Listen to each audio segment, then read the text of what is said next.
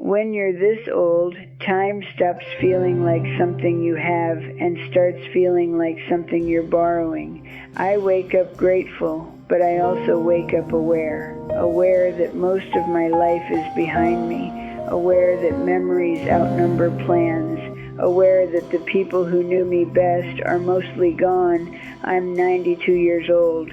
I don't say that for drama. I say it because there aren't many mornings left where the number matters. Most days are quiet now, too quiet. The house makes sounds it never used to make, and sometimes I catch myself listening just to feel less alone. I've had a long life, longer than I ever expected, and there's one truth I've been carrying for years that I can't take with me. I'm not telling this to clear my conscience. I don't think that's how it works at the end. I'm telling it because someone listening still has time, and I don't. I spend a lot of time thinking now. Not the kind of thinking that leads anywhere, just remembering, letting moments surface on their own. Some are warm, some are sharp. Most are small things I didn't notice when they were happening. I used to think the big moments would define my life, the promotions, the moves, the milestones people ask about at reunions. But those aren't what come back to me now. What comes back are the pauses, the silences, the things I meant to do later. When I was younger, I believed time was patient. I believed it waited for you to be ready. I built my life around that idea without ever saying it out loud. I grew up ordinary, nothing dramatic, a small house, parents who did their best and didn't talk much about feelings. We didn't lack food or shelter, but we lacked stillness. Everything was always about what needed to be done next. I learned early that being useful mattered more than being present. You earned your place by working, by providing, by not causing trouble. That lesson followed me into adulthood like a shadow I didn't question. In my 20s, I was busy becoming someone. I had plans, or at least the shape of them. I worked long hours, not because I loved the work, but because it felt responsible. People praised me for it. That praise mattered more than I realized at the time.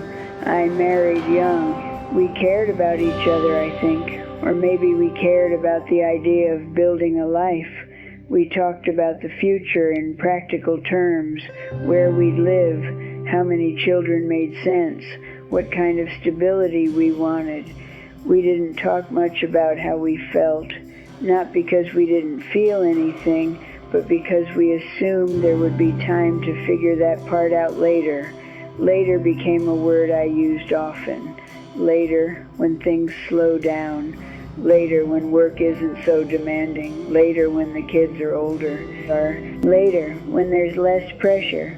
Later felt responsible. It felt mature. It felt like patience.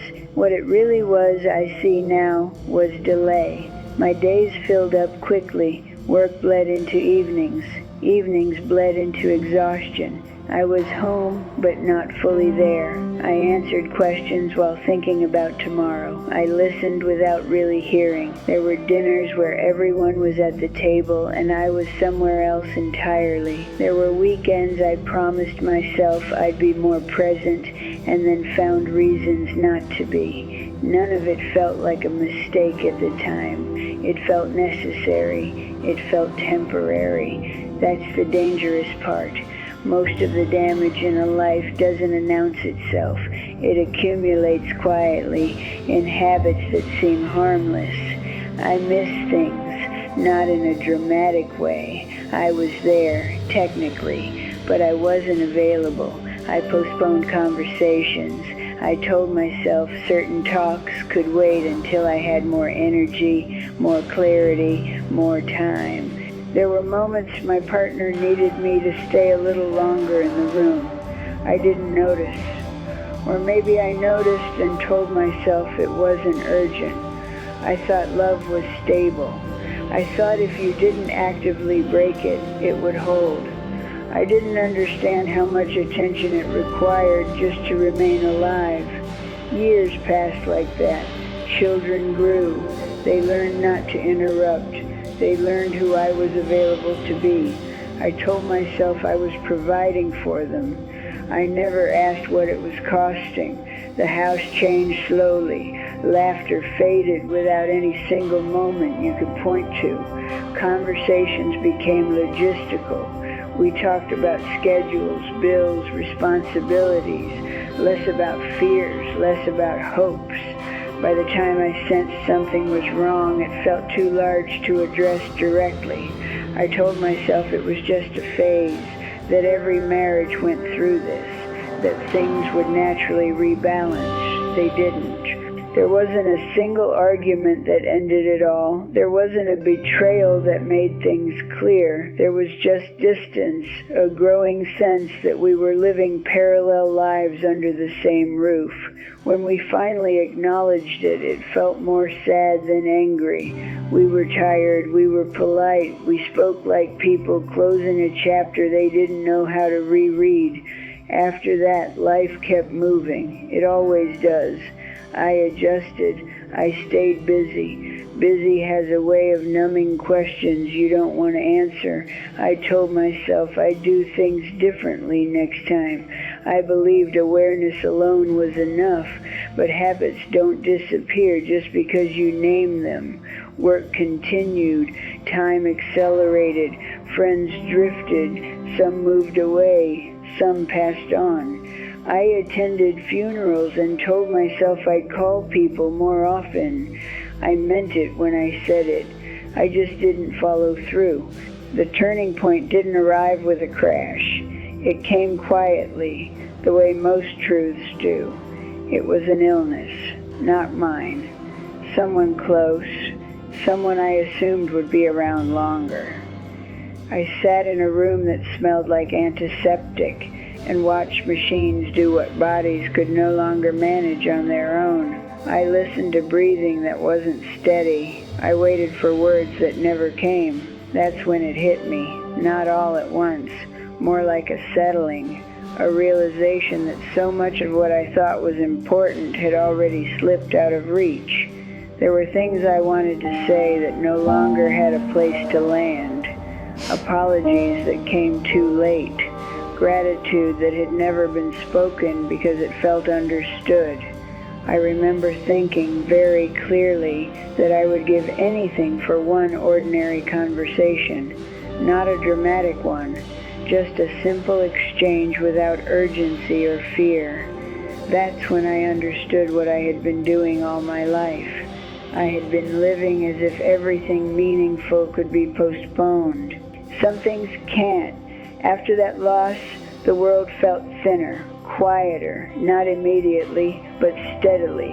I noticed how few people really knew me anymore, how few I truly knew in return. Old age doesn't arrive all at once. It inches in. One less phone call, one more empty chair, one more name you stop expecting to hear from. I live alone now. I've learned how to fill the days. I eat, I sleep. I read the same books more than once because they feel familiar, but there's a kind of loneliness that doesn't come from being alone. It comes from realizing how much of yourself you never offered when it mattered. I don't regret my efforts. I worked hard. I was responsible.